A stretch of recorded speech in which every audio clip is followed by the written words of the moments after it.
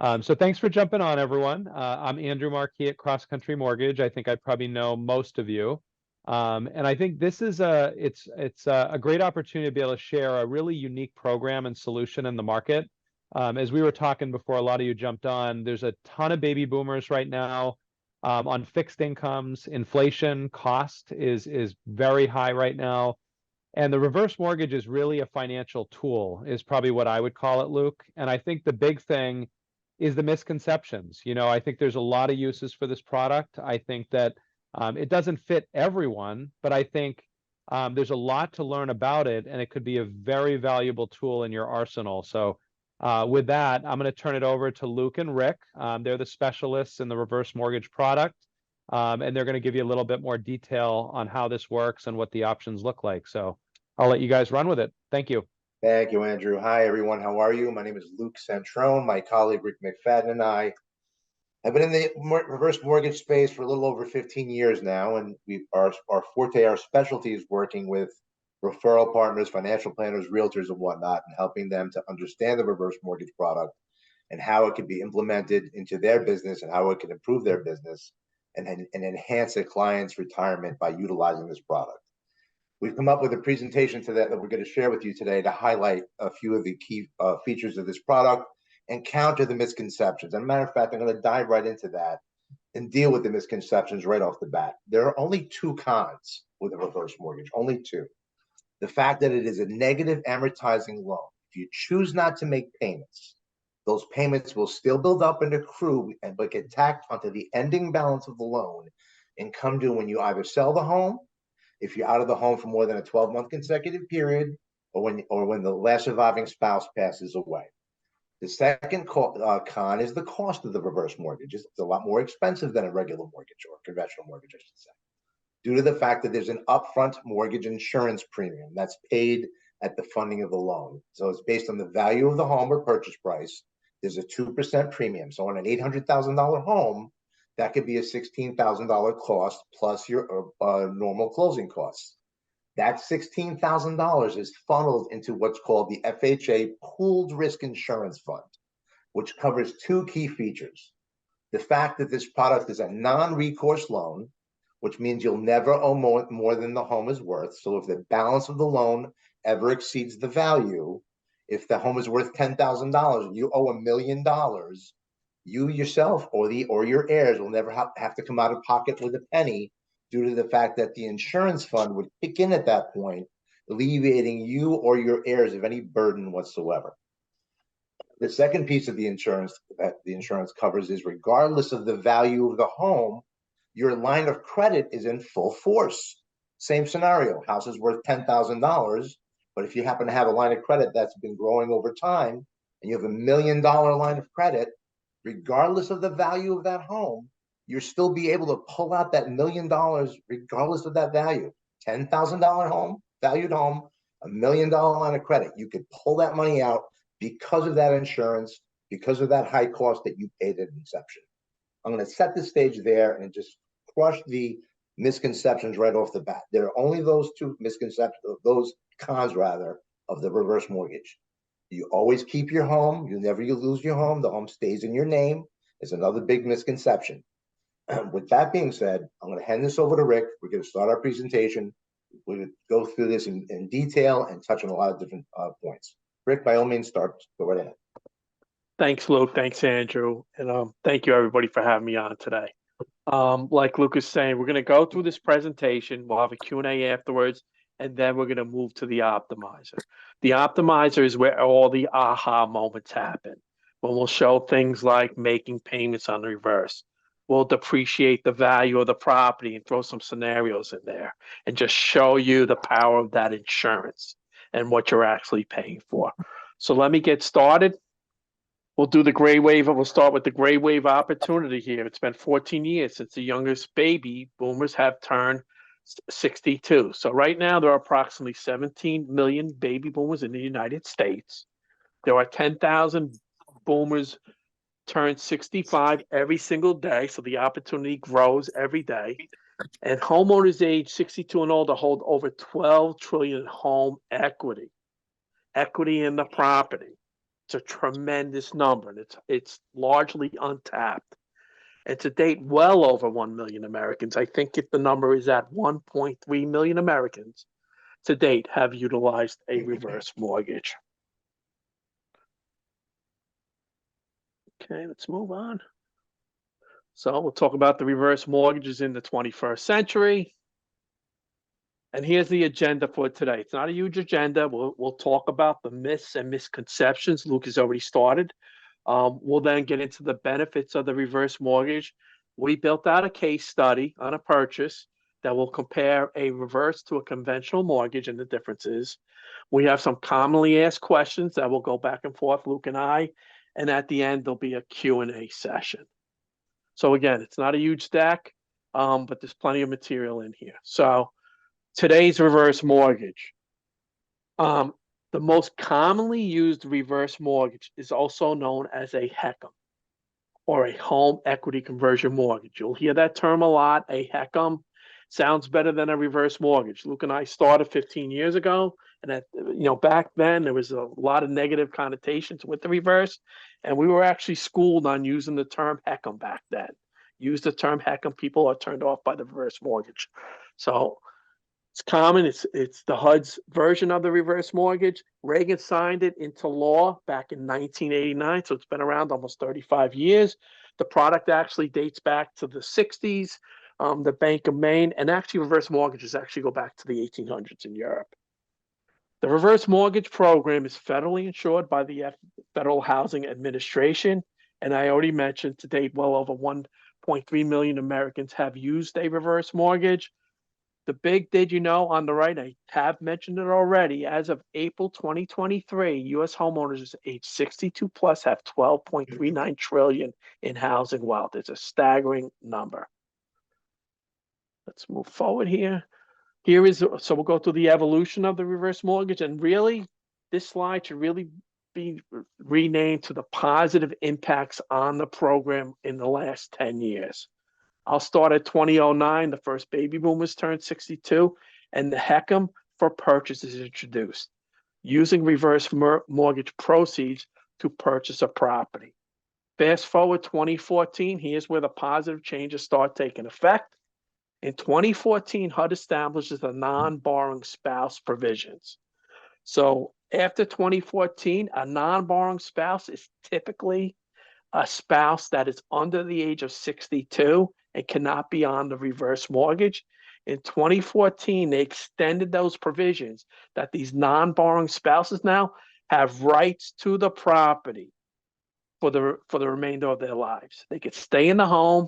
If the borrowing spouse would pass away, that spouse is allowed to stay in the property. The only difference prior to 2014 to after is that spouse can remain if they are receiving proceeds or benefits from the reverse mortgage. Those benefits would cease because they are not a borrower on the loan. However, they do not have to repay the loan at that time, and they can remain in the property forever. So what this means is if I'm 62 years old and my wife happens to be 55, I'm known as the borrower. She'll be known as what's called a non-borrowing spouse. So if there's a line of credit available, me being the borrower, I'm the only one that has access to it. If I were to pass away, my wife would still be allowed to stay in the home for the rest of her life. It used to be that, as Rick mentioned, after a year, she would have to get out or refinance or sell the home. They changed all that. That was the first big change. Rick, go right ahead. I apologize. Yeah, no, it was a great change by HUD, and we don't have to go into much detail, but prior to 2014, those spouses were not on the loan. They would actually, if they were on title, be removed from title. So they would lose all rights to the property. The borrowing spouse would pass, and in most cases, they would actually be foreclosed on and removed from the property. So it was a bad stain. It's no longer. 2015, HUD finalizes financial assessment. So that is where the lenders are determining the capacity, the income, and the willingness. There's a 2-year look back on their credit report to see if they pay their bills on time. We now qualify them for financial assessment, ensuring that they have the funds and the willingness to make their real estate tax and the homeowner's insurance payments going forward. It did. So a client in this case. Go ahead, Luke. Yep, absolutely. So it used to be prior to 2015, the only thing you had to do to qualify for this loan was be 62 years old and own and live in your home as your primary residence. That was it. Income credit didn't make any difference whatsoever. So people were utilizing this product as a Band-Aid loan. So they were pulling themselves out of foreclosure, but still couldn't afford to pay their property taxes and homeowners insurance. So all the horror stories you heard about reverse mortgages and foreclosures stemmed from all of that. So to keep that from happening, they brought in financial assessment where now you have to show that you have enough money coming in to cover your expenses, property taxes, homeowners insurance, revolving debt. Keep in mind, reverse mortgage, you're not obligated to make any mortgage payments whatsoever. The only thing you're obligated to do is make sure you pay your taxes and insurance on time every year and maintain your home. The qualifying age for this product is 62. So again, if my wife is 65, she'll be a non-borrowing spouse and protected. Those two big changes solidified this product and has truly made it a bona fide financial planning tool. Rick and I work specifically with financial planners. Financial planners see the value of this product and tapping into home equity and allowing that home equity to grow and compound over time. Unlike a standard home equity line of credit from a bank, where if you took out $100,000, you took out $100,000 line of credit with a reverse mortgage, that $100,000, while it's waiting to be used, is at today's rates are growing at 8.4%. So over time, that $100,000 will continue to grow.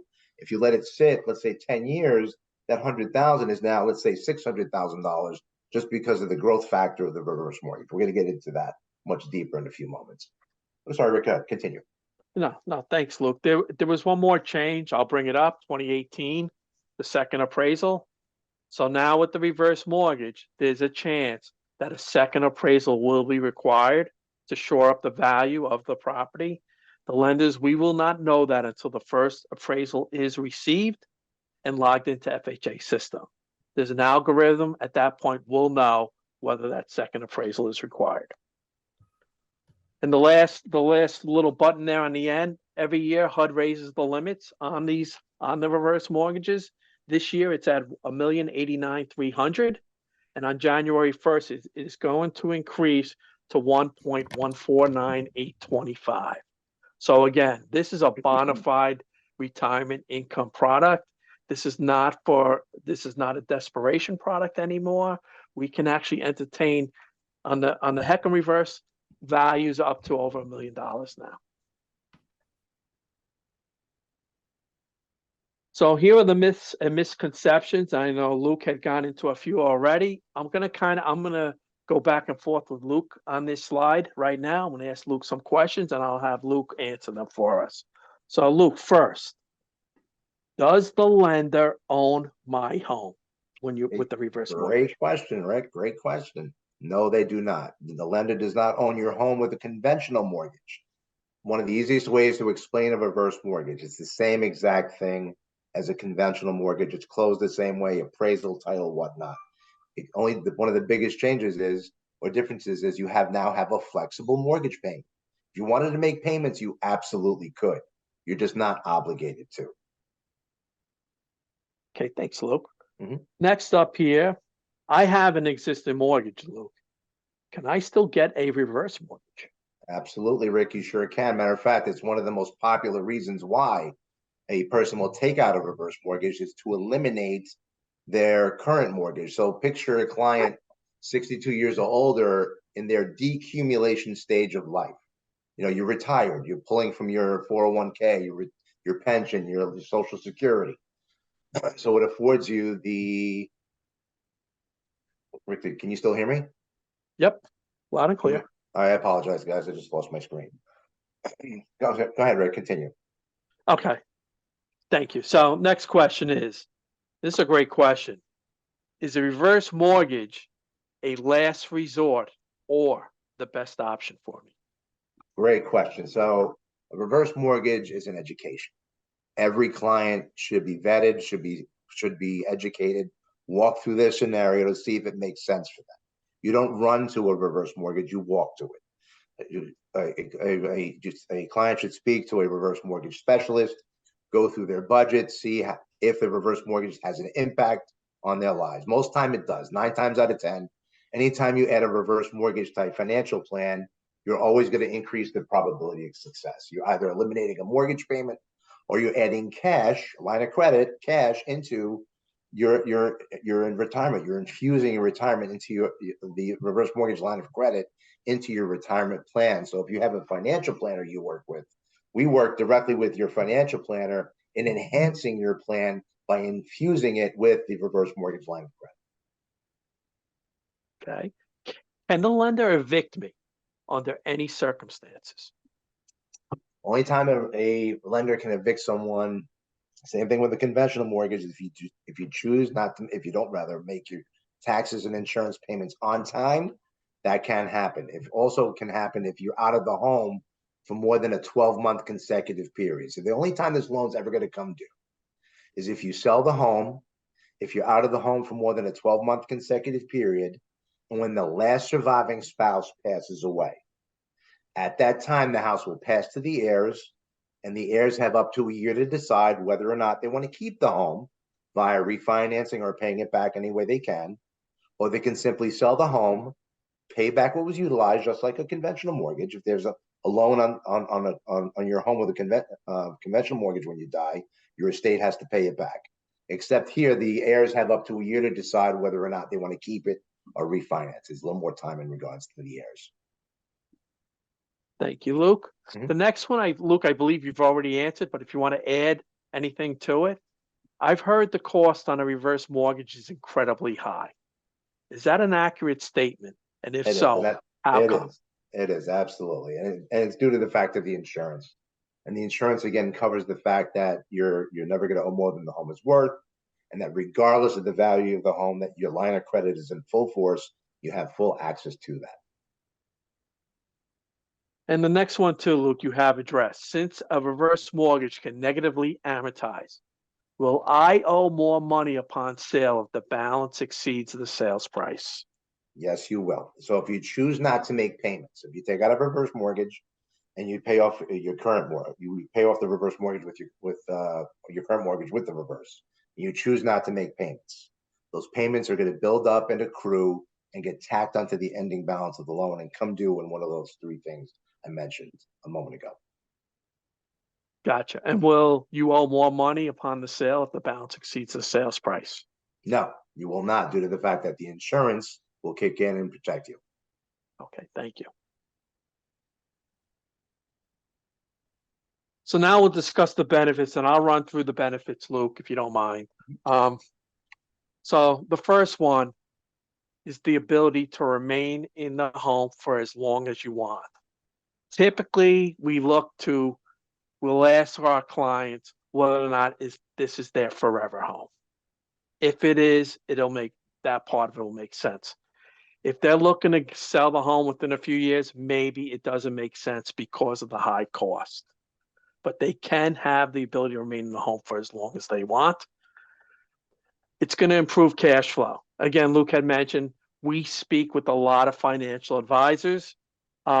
And basically what's happening is with the reverse mortgage, and I have subscriptions to different Money Guide Pro, eMoney, those are softwares the advisors use. What you're doing is you're adding cash to a cash flow system. So the probabilities of success will always increase with the reverse mortgage, whether you're paying off an existing mortgage and freeing up that cash, or you're adding income into the program. It's going to increase cash flow. I never worry about clicking the buttons in these systems because I always know the probabilities will improve. You have flexibility in the use of the funds. And look at how there's different ways you could think of that. Luke had mentioned making payments. That's sometimes I think of that flexibility, but by relieving you of these cash flow issues, you have flexibility to use the money for different things. The biggest benefit, I think, no monthly payments. We coach our clients, specifically the younger, the 62-year-olds, that you can make payments. If there's any legacy concerns, you can make those payments to keep the balance down for the children. At the same time, I lost my train of thought there. By making those payments, dollar for dollar. So if you were making payments on a conventional mortgage, you're paying down that debt, but you're locking that money back up into the home's equity.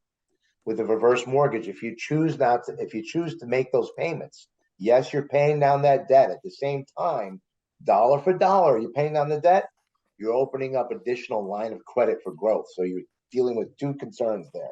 You're dealing with the fact that the client might have had legacy concerns, so they're paying down that debt, if affording their heirs a little bit more equity when they sell it. But at the same time, they also had, let's say, long-term health care concerns. They made those payments, but at the same time, built up a nest egg of a tax-free line of credit they could utilize. Let's say if they have long-term health care concerns later on in life, they need someone to come in and take care of them in their home, and they need an avenue to pay for that care. The reverse mortgage line of credit is that avenue. Thank you, Luke. There's protections for the spouse. We just discussed the non-borrowing spouse, but generally there are protections from the spouse, again, remaining in the home, the forever home for the rest of your life. We have fixed and adjustable rate loan programs. Adjustable is the more common one today. I remember I started 15 years ago. It was all fixed at that time. Now adjustable is common. Lines of credit are common, the growth, etc. With the adjustable, the reverse mortgage will give you independence and control over your finances. And it also brings estate planning flexibility to harvest and maintain wealth. So there are a lot of benefits to the reverse mortgage. I'll go to the next slide. The next slide would be the case study, Luke. Okay, so this case study is a client who just sold their departure home. They sold their home and walked away with $600,000 cash. So they were thinking about utilizing a forward mortgage and a reverse mortgage. So they went with the forward. They decided to look at the forward mortgage. They would have to put down $400,000, take out a $200,000 mortgage, $8,000 in closing costs. Total out-of-pocket cost $408,000 with a $1,400 a month mortgage payment. 10 years of payments is $168,000. Second column is the reverse mortgage product. Same purchase price, $600,000 home. Loan amount of $200,000. They're putting down $400,000. Closing costs are roughly $23,000. So total out-of-pocket cost, $423,000. They didn't make payments for 10 years. The net savings over the course of 10 years is $153,000. So third column is this for all my realtors out there. You've all had this client.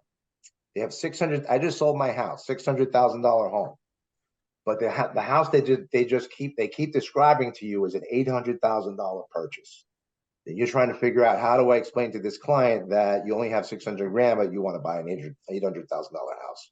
But you attended Luke and Rick's meeting today. It's Luke and Rick's seminar today, and realized that there's a product out here that could now allow this client, this happens to be a 68-year-old client, that now can purchase that $800,000 home because they utilize the reverse mortgage product. So in this case, with that same $600,000 that they had, they put a down payment of $530,000 down. The reverse mortgage covered $270,000 plus closing costs. So total out-of-pocket cost was $565,000. So they actually walked away with a brand new house, the $800,000 house that they wanted, and $35,000 in their pocket with a flexible mortgage payment. So then they can move forward now with the home that they want, a flexible mortgage payment, and they still had a little extra cash in their pocket left over from the sale of that home. Matter of fact, that 35 grand, they could actually come to the table with that 35,000 at the same time of purchasing the house. They can establish a growing line of credit at the same time of purchasing the home. So they're coming to the table with that 565, but by bringing that 35,000, they're establishing a $35,000 growing line of credit. So a couple of big benefits here: mortgage, a brand new home with no mortgage payments, and a growing line of credit from the proceeds from the sale of that home that they thought they were going to have to spend in full. A lot of positives here. Thank you. I'm going to stop right here for a second. This is a good Q&A question page for the realtors out there on the call. Any questions regarding these scenarios?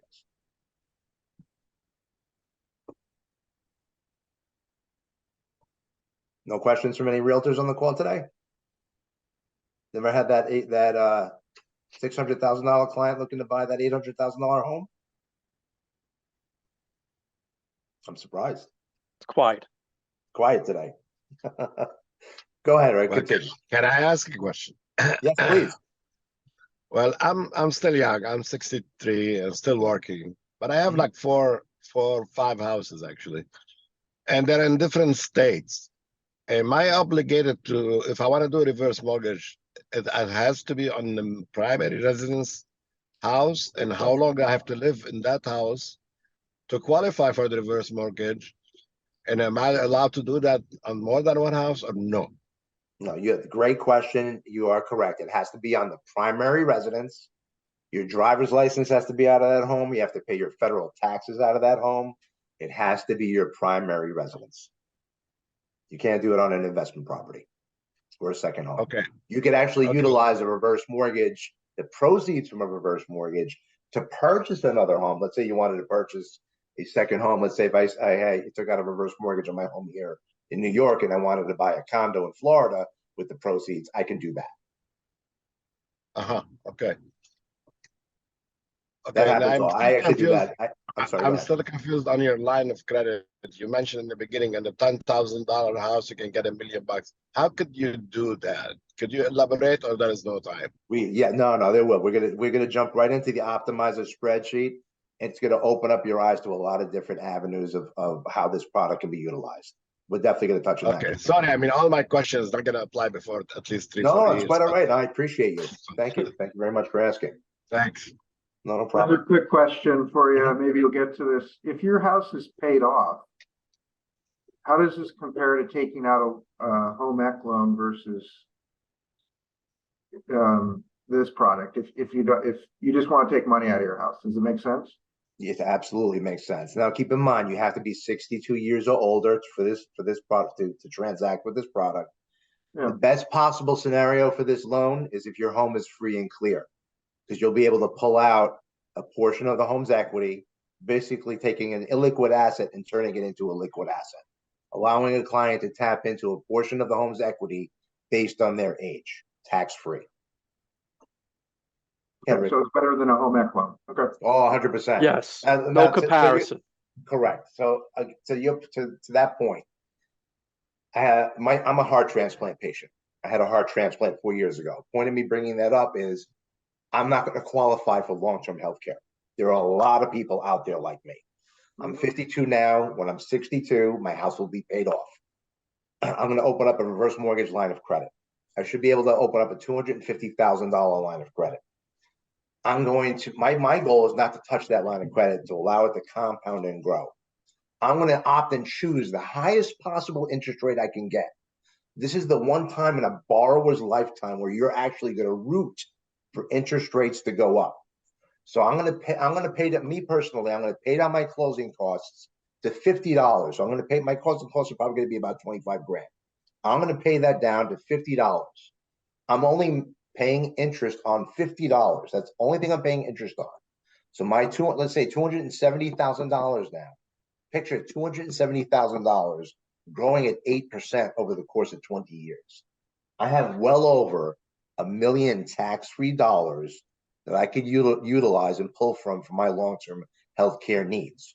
So if I had that same, to your point, if I had that same $270,000 HELOC, home equity line of credit, the entire time I have access to that line of credit is only a 10-year period with a HELOC. If I use any of that money from that line of credit, I must make payments. And they could cancel that line of credit on me at any time for any reason. There's a lot of power involved in the line of credit with the reverse. Bonzella, you have a question? Yes, I'd like to go back and talk about the financial qualifications Yes, again. ma'am. You are correct. How do you get what do I explain to the people about whether or not they have enough income? How do you look at the income and their expenses and that kind of thing? Absolutely. So we look at what are their property taxes every year, how much you're paying for your homeowner's insurance, and what other bills do you have? Your property taxes, homeowner's insurance, revolving debt, car payments, whatever's reporting on credit, basically, whatever's reporting on credit for your bills, We account for that. If you have enough income coming in via your Social Security, pension, 401k, what have you, you qualify. Oh, But there's another point here that, let's say you had a line of credit, you had a free and clear house, and you open up a line of credit, and you have a $250,000 line of credit, but I only have $1,200 a month in Social Security. They're going to look at your line of credit as if it's an asset. They dissipate that as an asset, and that in some cases could get that client that wasn't going to normally qualify, specifically on the, let's say, a conventional side. They come in with reverse because of the line of credit being dissipated as an asset. They can utilize that and look at it as income, is my point.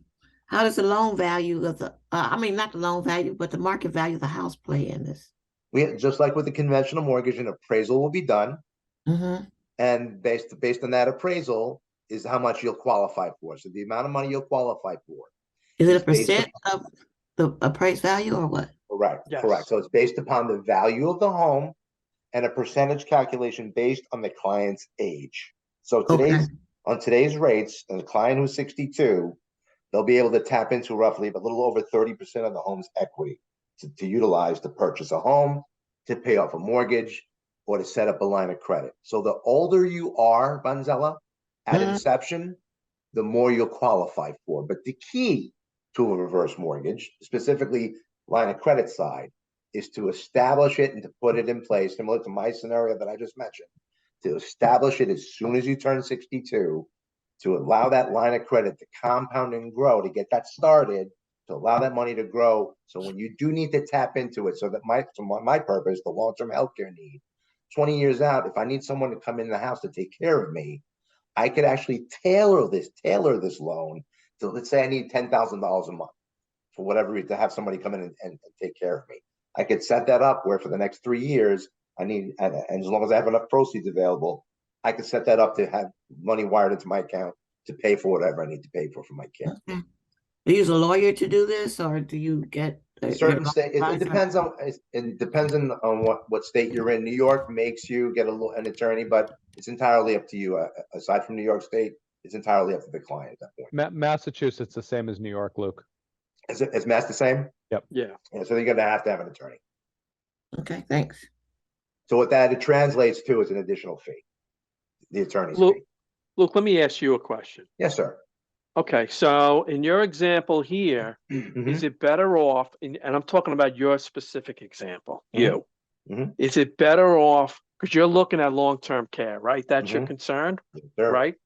So are you better off getting the reverse mortgage when you turn 62, or should you wait until, say, 80, when you have that, great question, those health concerns? Yeah, that's too little too late at that point, Rick. You know, you'll be able to open up a reverse mortgage and tap into whatever equity you have available at that point, and that's all you have access to. But if I had the foresight and the common sense to do it sooner than later, I established it when I was 62. So when I'm now 82, instead of having that 250,000, now I've got, because I put it in place up front, I now have $1 million because I started at 62 as opposed to 82. Got it. Great question. Continue, Rick. Yep, let's go. We're getting... So this slide here, Luke, it's the top 5 commonly asked questions. So I'm going to ask you the questions, Luke, if you don't mind. And some of the stuff we've already covered. So what are the eligibility requirements? You have to be 62 years or older.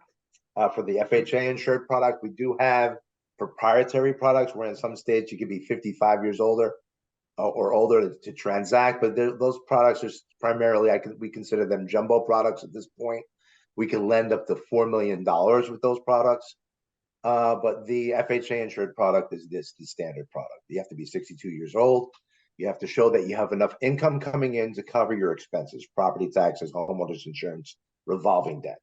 If in the last 2 years you've had as long as I should say it this way, if you haven't had anything significantly derogatory in the last 2 years on your credit, beautiful, no problem. But if you have, let's say for instance, without an extenuating circumstance, you just didn't make some mortgage payments or you had some lates in your car, what have you, without an extenuating circumstance like a job loss or something like that, we would have to impose what's called a LISA.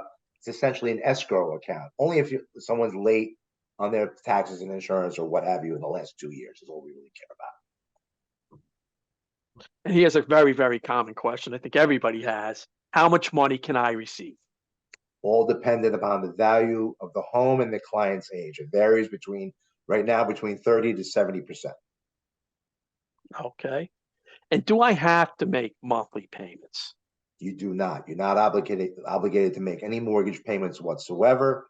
If you choose not to make payments, those payments still build up and accrue, but get tacked onto the ending balance. But if you did have legacy concerns, you can make a payment of your choice. It's entirely up to you. You're in charge.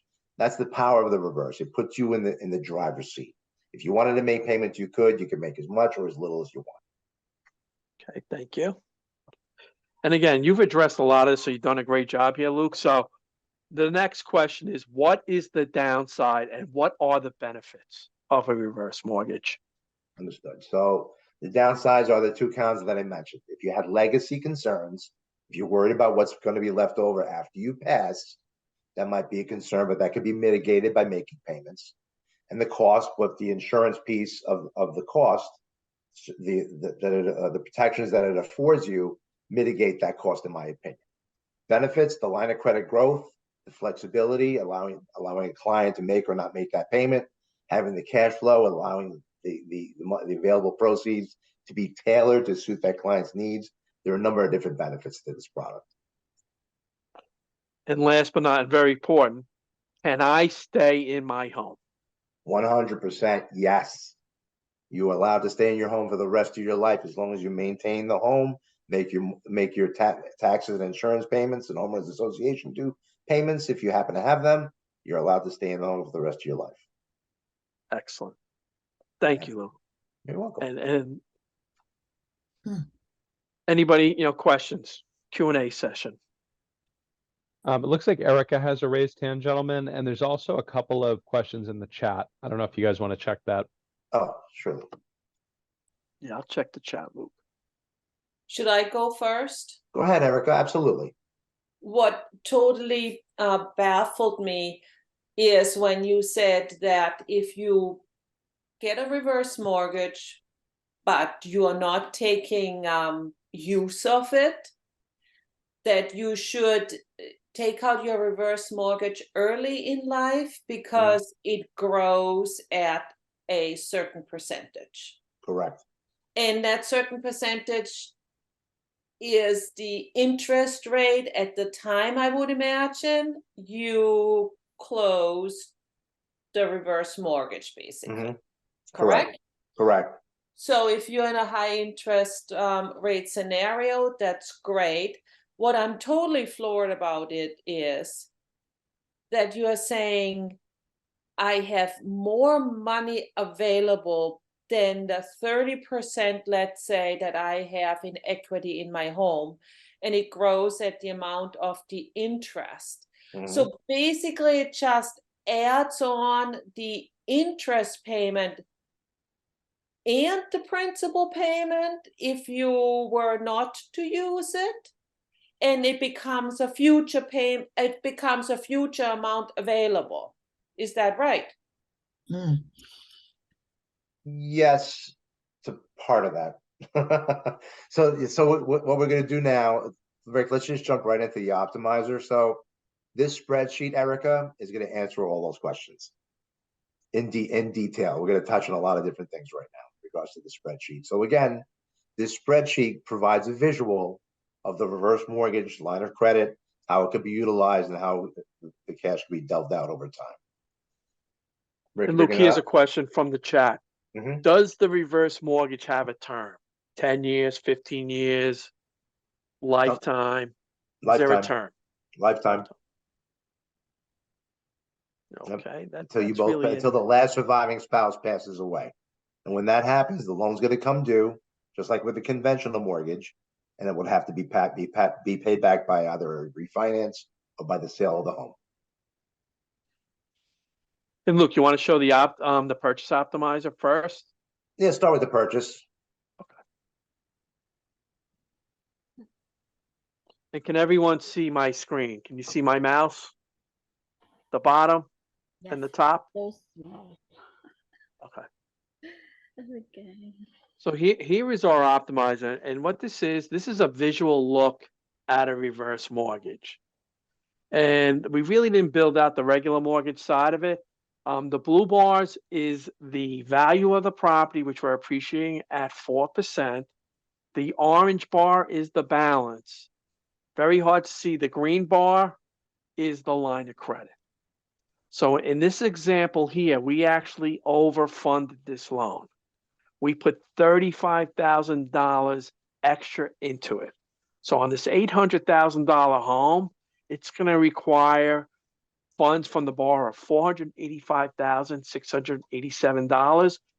Because we put $35,000 extra in. So you could see down here on the chart on the right side here, this is the HECM. Blue bar is the value, 800 to 2.13 million in 25 years. The balance starts at 350, and the balance is strictly the principal limit plus the cost. So, excuse me, it's the draw plus the cost. It's approximately 350,000. I just can't see the whole number here, and that will grow. It's growing at 8.59%. It's about a month old. These rates, they're down now around 8, a little bit below 8. But the balance will grow to $2.9 million over a 25-year period. We've established a line of credit by overfunding this purchase. So you have a $35,000 line of credit that will grow to $297,000 if untouched over a 25-year period. I could start off by. I'm sorry, Rick, let me interrupt for a second. Of course. So the benefit here for this client, they're purchasing a home with no mortgage payments or a flexible mortgage payment with that cash, that same $600,000 that they had to purchase that house. So they have that 600 grand. They bought this house. Now they have that extra 35,000.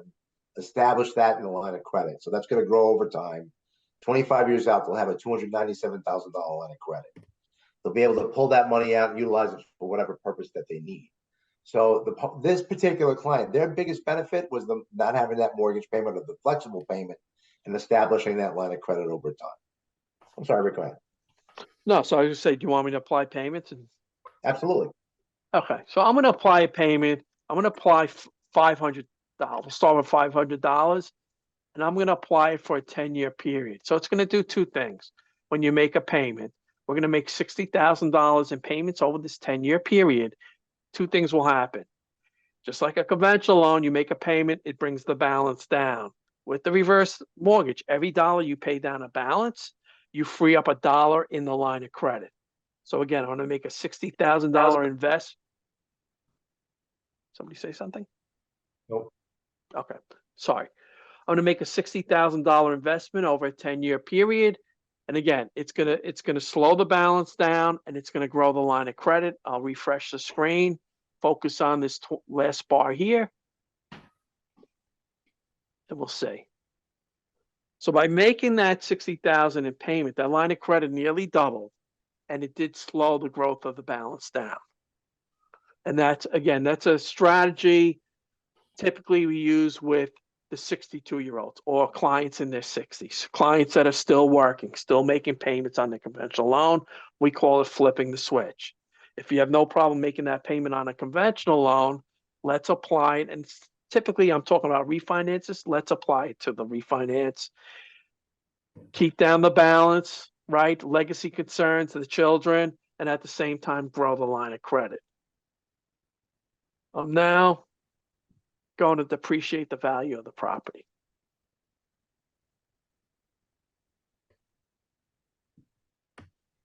So now in this example, and this can happen. Is it going to happen? I doubt it personally, but it's happened. Think of Flint, Michigan.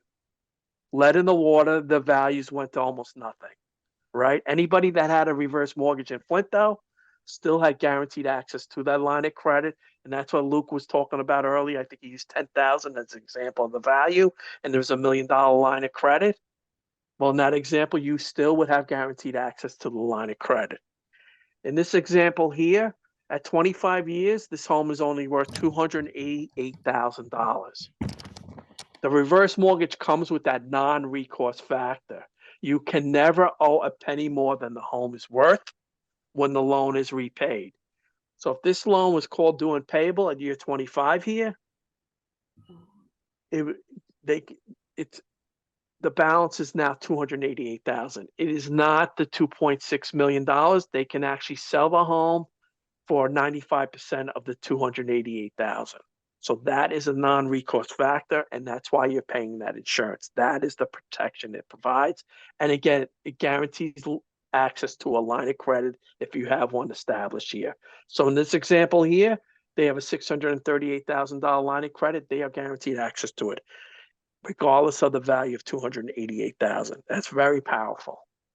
So the other side to that scenario is that 638. So if this client say, realizes my house is underwater at this point, but I have $638,000 in that line of credit, it will make a lot of sense to take that money out and utilize that cash for whatever reason. Because when they pass away, that the taxes and insurance, or rather the FHA pool risk insurance fund will kick in, alleviating the client or the client's heirs of any burden whatsoever. That's the whole purpose of the insurance. So Rick, let's jump to the conventional optimizer instead, please. Yep. So Okay. this is now looking at a refinance. Correct. And what we're doing in this example is we're comparing it to a conventional loan. So the story goes that these clients had a conventional mortgage. They did not want the reverse. They were working, they were comfortable making those payments, and they wanted to continue making those payments. So what we did was we had this tool. This tool is about 4 years old. It was very new at the time. And we had them sit down and look at our optimizer with us. And when we compared the two sides, and I'll break it down in a second, it became a no-brainer. So option one here is the conventional mortgage. It's an $800,000 home. There's a 7% interest rate. The lien is $100,000. We're going to appreciate at 4%. Their clients are 66 years old. So when you come down to the graph below it here, value's grown from 800 to $2.1 million. You can see the balance now. They're making these payments from their savings, and they're gaining equity in the property every month when they make those payments. And you can see in 15 years, they now have all the equity in the property. On the right side, we have the HECM now. It's a proposed HECM. Value is 800. We have a margin of 2.75%. The margin sits on top of the index. That's what produces the rate. And this is about a month old. The rate at the time was 8.67%. It is now down around 8 and could be lower than 8 now. The principal limit is $279,200, and that's based on the age. And I believe that is based on a 66-year-old. I think it's 35%, but it's $279,200. That is basically the loan amount, $279,200. The closing costs are $23,605. We've already mentioned it. It's not cheap. $16,000 of it is for the insurance alone. We're going to pay off that $100,000 lien. And again, they're 66 years old. So coming down here now, the difference between the HECM and the regular mortgage now is obvious. The green bar is the difference. We have a balance and a value. We also have a line of credit over here. Starting balance is $123,605, and that's derived by taking the payoff and adding the closing costs. $123,605, and that's it. There are no costs to keep the line open. There's not a yearly fee for that. They're making the payments. The costs are at closing, and that's going to grow to $1 million in a 25-year period. Line of credit, the initial line of credit, how that is done, you take the loan amount, $279,200, subtract costs and payoff. So the initial line is $155,595, and that will grow to $1.3 million over a 25-year period. And again, the big difference, you could see it, it is that growing line of credit. It's the line of credit, but it's also growing. The first thing, and I'm going to go through the same steps again. The principal and interest payment these clients are making was $898. 83, because they'll still be responsible for the payment of the taxes and insurance afterwards. So we're just going to focus on principal and interest and the savings there. So they're making these payments for 15 years. Let's make it for 10 years on the reverse side. The investment, or what they'll be paying into the reverse, will be $107,860. And the balance at the end of this 10-year period is actually going to come down from the $123,605 to $122,506. I'm going to refresh now, focus on the 25-year mark here, and watch what happens. And again, every dollar you pay down, you free up a dollar in the line of credit, and watch the difference now. So the balance came down over $500,000 by making a $100,000 investment over a 10-year period. So any legacy concerns on the property with the family have been alleviated. There are no legacy concerns anymore. You can see the value will be over $2 million in 25 years and a balance of $447. The line grew over 600,000 from 1.3 to 1.9 million, again, by making this $100,000 in payments. So if somebody like Luke's example here, he has long-term medical concerns, he's paying his closing costs. In this case, make payments. In this example with these clients, that was their concerns. And this is what we show them that they can do with the reverse. Yeah, by making the same payment they were comfortable making for 15 years, but for 10, by doing so, they mitigated their concerns regarding legacy, but at the same time opened up a massive tax-free pool of cash that they could utilize for whatever reason. And we take it a step further. We could, in regards to their financial plan, by showing them how the money could be utilized over time, by taking them and showing them the different options that the money could be used for. So Rick, let's take them to the line of credit tab. So in this case, this client they were looking to defer Social Security. So for the first 4 years, they took $1,000 a month, $12,000 a year. So if you notice to the right, they started out with $155,595 at inception, and they took 4 years of $12,000 a year. And you can see the growth here. You see the growth at work. They started at 155, 4 years of pulling cash out there, still at 162. Then we coach this client. This is a long-term healthcare scenario. So let's say we coach this client to allow the money to compound and grow. They let that money grow for a 20-year period. They let it go into their later 80s, and they utilized it for their in-home care. So for a 5-year period, they had $125,000 a year. At the end of that draw period, they still had $932,000 available. In year 28, they needed to bump that up. They needed some more care. So for a 6-year period, at $150,000 a year, they were able to do that. And at the end of that draw period, still had $390,000 available in that line of credit. And then we give the client the visual of the total draws over time. At inception is the mortgage payoff. Then you have your 4 years of receiving. Then you're making payments and deferment.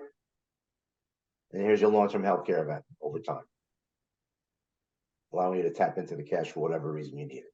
In this case, it was a long-term healthcare event. Point is, you can tailor this product, whatever your need is if you're paying off a mortgage, or you're looking for a line of credit for long-term healthcare, or just a tax-free pool of cash, a buffer asset, or for the realtors on the call, to have your client purchase a home with a flexible or no mortgage payments.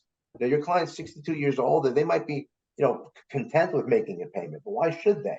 If they could utilize this product and have the control of making that payment, we could coach them. By all means, you want to make payments, do that, and we'll show them via the optimizer. Make those payments, and here's the impact of making those payments. Point is, the education we provide, the education we show and help people understand how this product works. At the end of that conversation, at the end of that education, if it makes sense, we'll gladly take care of it for them. If it doesn't, at least we provided an education. We vetted their scenario to see if it made sense. Thank you, Luke. You're welcome, Rick. Yeah. Any questions?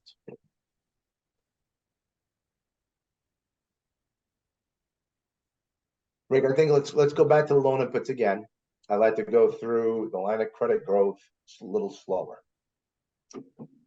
So keep in mind, again, a reverse mortgage line of credit, unlike a standard HELOC from a bank, grows over time. You see that right here. So at inception, they qualified for 279.2 minus the $100,000 mortgage payoff minus closing costs.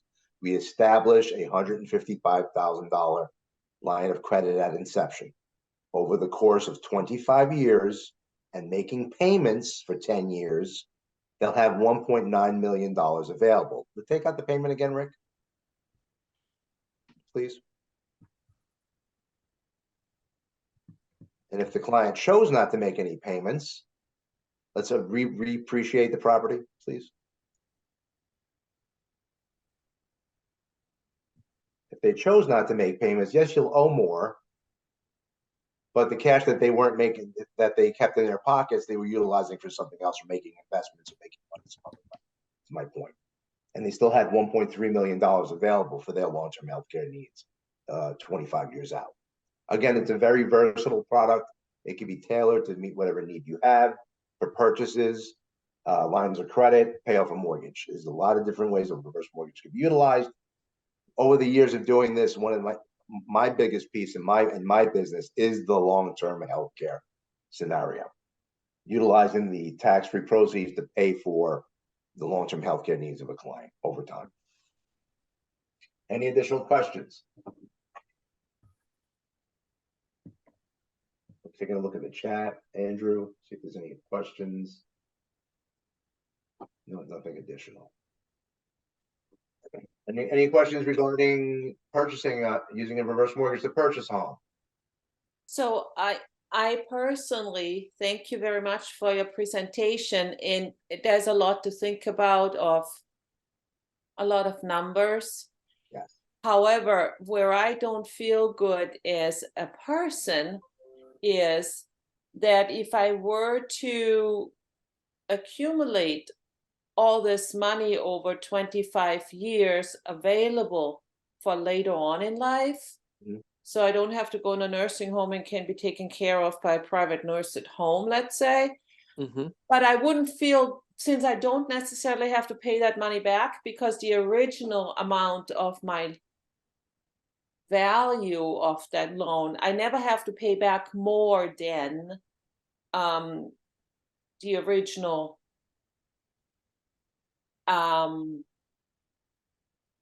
what did you call it? It was the original, you used to.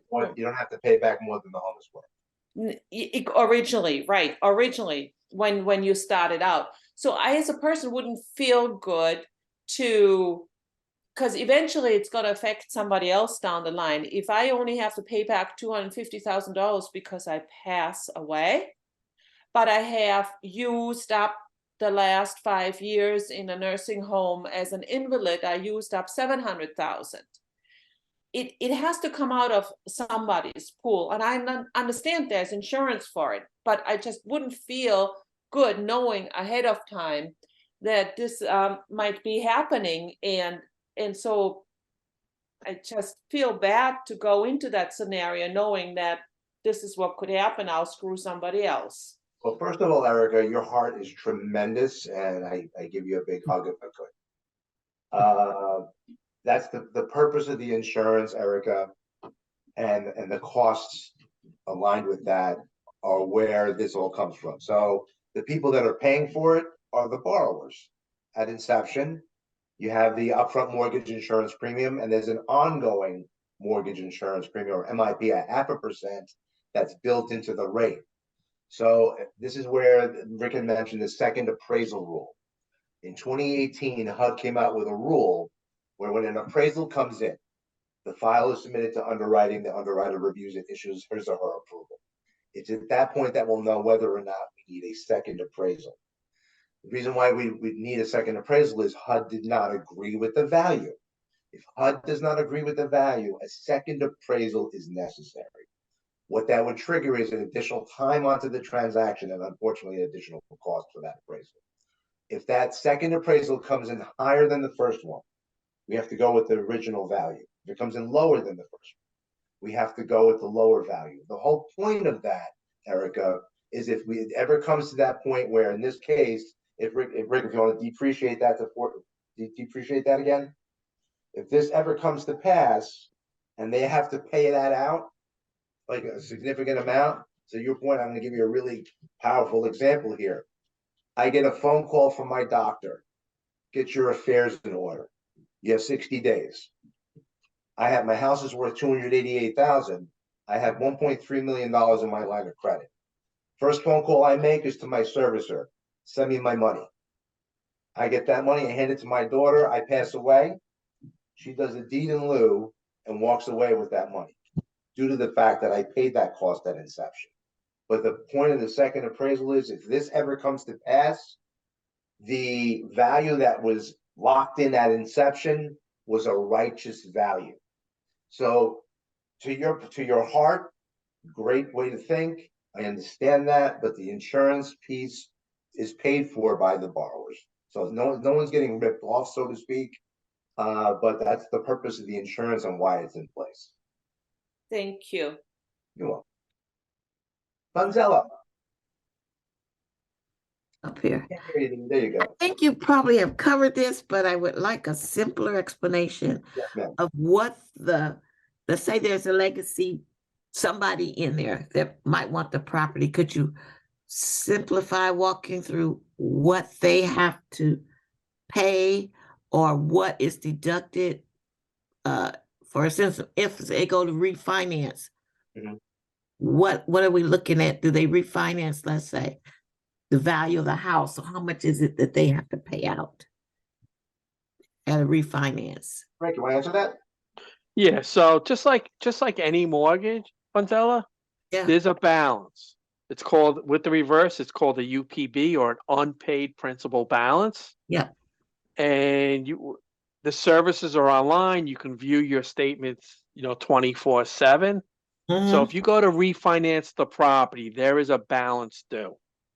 And that balance comes from where? That's money The that you borrowed. balance comes from the starting balance, any draws you're taking on the reverse mortgage Yeah. line of credit draws.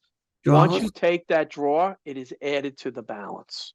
and principal. Well, the interest on that balance is, where's the interest rate come in here? Looking at the screen right now, Manzella, the interest rate pointed out, Rick, highlight it. Yeah, it's so in this example, and this example is only, maybe a month old. The interest rate, and it's adjustable, it was Yeah. 8.67% at the time. So if that's the interest on this balance of the draws. Yep, and it adjusts monthly, and it's And coming those down two- right now. Yeah, so the draws plus the accumulation of interest. So in this case, Manzella, you're paying interest on the mortgage payoff and the Yes. closing costs, 123. That's what I wanted to know. That's exactly what So you're the paying. closing costs and the draws and the accumulation of interest is what that legacy person will be looking at having to refinance or pay Correct. back to get Correct. the property back. Yes, ma'am. Yes. Okay, that's what I was looking Yep, for. so they would call up at that point, request a payoff letter from the servicer. Mm-hmm. We'll let you know exactly what needs to be paid back, and they would refinance to that number. Okay. The equity remains with the So clients. that interest rate is gonna be important to know what that is and how it's gonna increase the amount that's gonna be owed. Yes. Yep, and the rates have been trickling down the past month, and we expect them to hopefully keep doing that for the next year. But didn't I see something that said it could be in one of your previous slides, a fixed rate or a variable rate? Yes. How Yes. does the person get a fixed rate as opposed to a variable rate? There's a big difference. So fixed rate products are one-time lump sum payouts. So you'll only be able to pull out 60% of the proceeds that are available to you. in a lump One sum time. payout. One time, that's it. There's no line of credit. So all reverse mortgage lines of credit are adjustable rate products and the most advantageous products, in my opinion. All right, that's a big difference. Okay, Absolutely. thank you. Yeah, again, this product can be tailored. You can utilize it for whatever reason. The purchase side allows a client to, tap it, utilize a reverse mortgage and not have to make any monthly mortgage payments. They can utilize it to establish a line of credit at the same time, especially if they wanted to make payments. A lot of different ways you can use a reverse mortgage, but to this, let me put it to this way. We bombarded everybody on this call with a lot of information today.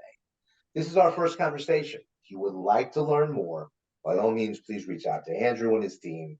They'll connect you with us. We gladly sit down with you on an individual basis, go over this in detail to see if it's right for you and your family. Thank you. Any other questions?